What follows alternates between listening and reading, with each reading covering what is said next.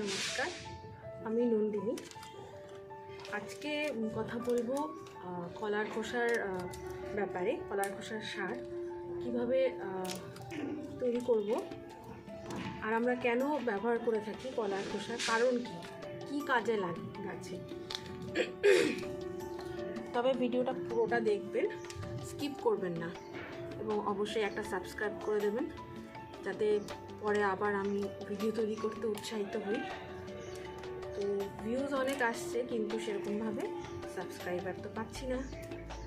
যাই হোক, এই আজকে বলবো, যেমন ধরুন এনপিকের ফুল ফর্ম আমি জেনেছি, সেটা হলো নাইট্রোজেন। নাইট্রোজেন আর কি হচ্ছে ফসফরাস, কি হচ্ছে পটাশিয়াম।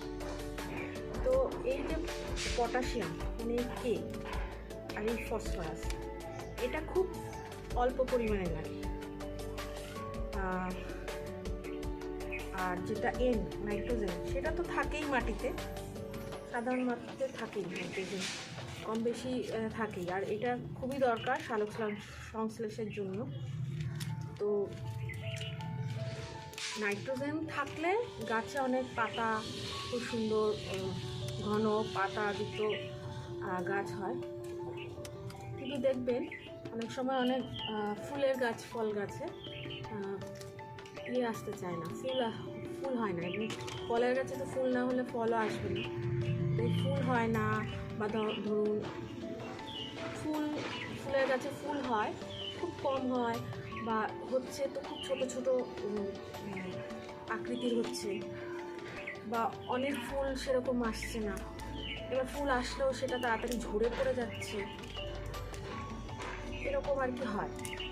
তো সেক্ষেত্রে তখন দরকার হচ্ছে এই পটাশিয়াম আর ফসফরাস। কলার খোসাতে সব থেকে বেশি থাকে পটাশিয়াম, তারপরে যেটা থাকে সেটা হচ্ছে ফসফরাস। এই দুটো জিনিসই এই যে কারণগুলো, অসুবিধাগুলো বললাম, ফুল ঝরে পড়া, না হওয়া, ছোটো আকৃতির হওয়া, কম হওয়া, এগুলো হচ্ছে এর অভাবজনিত কারণ হয়, এই পটাশিয়াম ফসফরাস। তাছাড়াও গাছের বৃদ্ধি ঘটানো, গাছের কাণ্ড শক্ত করে, শিকড় শক্ত করে। মোট কথা, বৃদ্ধিতে কলার খোসার খুব বড় অবদান রয়েছে। এইগুলো কলার খোসা অবদানগুলো আমি আপনাদের বললাম। আমি এই কলার খোসাগুলোকে দুদিন আমি শুকিয়ে নিয়েছি, আরও শুকোলে আরও মরমরে হয়ে যাবে। এইভাবে শুকিয়ে পুরো টুকরো এরকম, যেমন ধরুন এরকম করে ছোটো ছোটো টুকরো করে আপনি রাখতে পারেন। ছিটকেই চলে যাচ্ছে টুকরো করতে গিয়ে, এত মরমরে হয়ে গেছে, কিছু কিছু নরম হয়েছে। তো এই নরমগুলো আপনি আগের থেকেই এরকম কেটে টুকরো করে তারপরে শুকোতে দিতে পারেন। ছিটকে চলে যাচ্ছে এগুলো সব, যেগুলো মরমরে হয়ে গেছে, হাতে এরকম করে অনেকে গুঁড়ো করে নিতে পারে। তো এইভাবে এটা নরম আছে, এটা আমি কাটবো। কেটে আপনি রোদেও শুকোতে পারেন, অথবা আপনি কেটে এটা জলে ভিজিয়ে রাখতে পারেন 2-3 দিন। দেখবেন যখন জলটা জলে ভিজিয়ে আপনি যে পাত্রে রাখবেন সেটাকে ঢেকে দেবেন। যেরকম আপনি ধরুন ওই খোল পচা করেন না, ঠিক সেরকমভাবে পচে গেলে তারপরে ওই খোলে যেরকম আপনি ক্ষীরের খোলটা দেন না, অবশ্যই জল মিশিয়ে করেন, ঠিক সেরকমই যে জলটা পচে যে জলটা হবে কলার খোসার, সেই জলটার সাথে আরও জল মিশিয়ে, অবশ্যই ডিরেক্ট দেবেন না, সরাসরি সেই জলটার সাথে কলার খোসার পচানো জলটার সাথে আরও জল মিশিয়ে আপনি ওটা গাছের গোড়ায় দিতে পারেন। যখন দেখবেন এরকম অসুবিধা হচ্ছে তখনই দেবেন। এরকম না যে দিতে পারেন বলে একটা ভালো গাছে আপনি হচ্ছে, ফুল হচ্ছে, সব হচ্ছে, তাতে আপনি দেবেন না।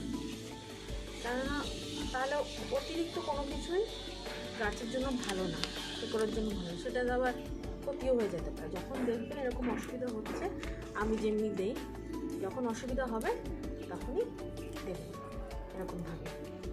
এবারে যখন ভিজিয়ে যে খোসাটার অবশিষ্ট পড়ে থাকে সেটা আপনি আবার পরবর্তীতে আবার রেখে দেবেন, শুকিয়ে নেবেন। শুকিয়ে রেখে দিলে কি আর ফাঙ্গাস করবে না বা কিছু হবে না। বা যদি কম্পোস্ট বিন থাকে তার মধ্যেও দিয়ে দিতে পারেন, ওটা মিশে যাবে, কম্পোস্টই হয়েছে। কম্পোস্টের সাথে আপনার সার যে বাড়িতে ভেঙে, যদি আমি যেরকম করি আমি ওর মধ্যে দিয়ে দিই, তো ওটাও দিয়ে দিতে পারেন। বা খোসাগুলো যেই গাছে আরও প্রবলেম রয়েছে সেই গাছের গোড়াতেও দিতে পারেন।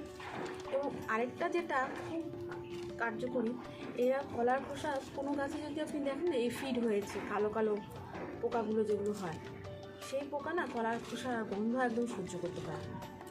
সেই এফিড যে গাছে হয়েছে সেই গাছেও কিন্তু আপনি ওই জল দিতে পারেন, বা ওই কলার খোসা আপনি গোড়ায় দিয়ে দিতে পারেন, বা ওই জলটার সাথে আরও জল মিশিয়ে,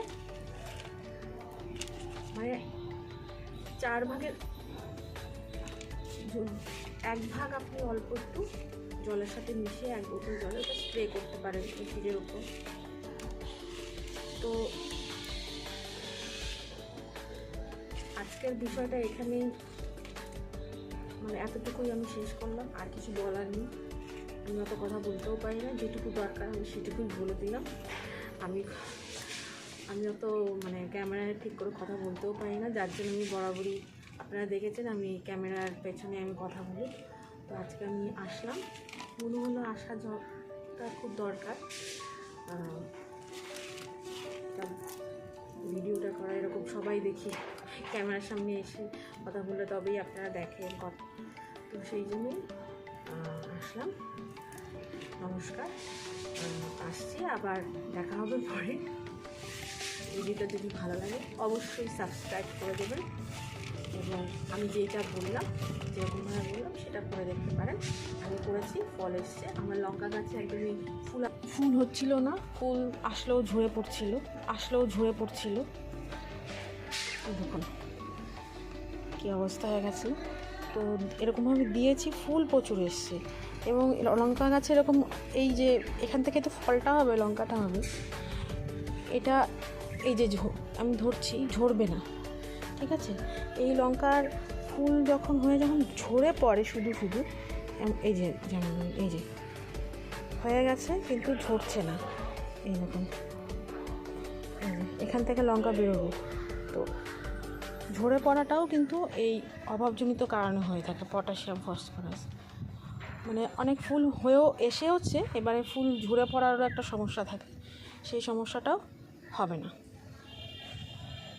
তো এরকম হলো ব্যাপারটাই। দেখুন শুকিয়ে গেছে, এবার এখান থেকে তো লঙ্কা বেরোবে। এবার অনেক সময় হয় কি এটাও ঝরে পড়ে যায়, এই জিনিসটা যেখান থেকে লঙ্কাটা পরে বেরোবে। তো সেক্ষেত্রে সেই সব কারণের জন্য আপনারা এটা কলার খোসাটা অবশ্যই দিতে পারেন। কলার খোসা যেভাবে আমি বললাম